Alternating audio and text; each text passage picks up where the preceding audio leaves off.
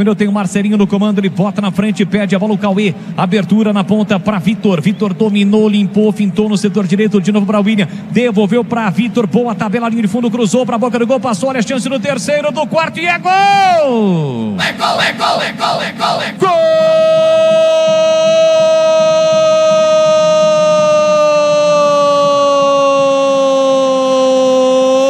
Gol do Bugre!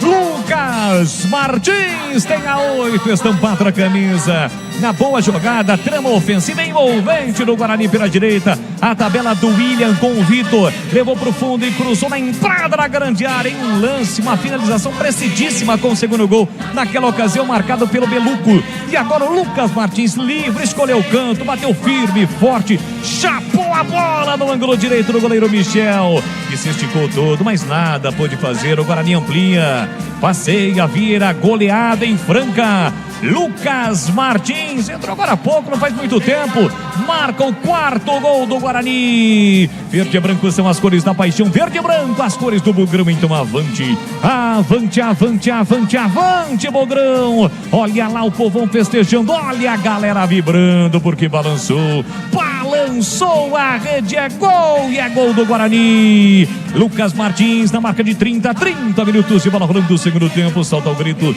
grita comigo, nação bugrina, tá registrado na copinha. Guarani 4-0 para Francana. Michel não chora não, goleirão, a bola dorme no fundo da sua rede. E o detalhe do gol, Vladimir Catarino. Mesmo quando estava administrando, o Guarani se manteve superior, aí resolveu apertar um pouquinho na jogada feita pelo William, rolou para trás. O Lucas Martins jogou no meio do gol, né? Mas com força. E aí não deu para a defesa do goleiro Michel.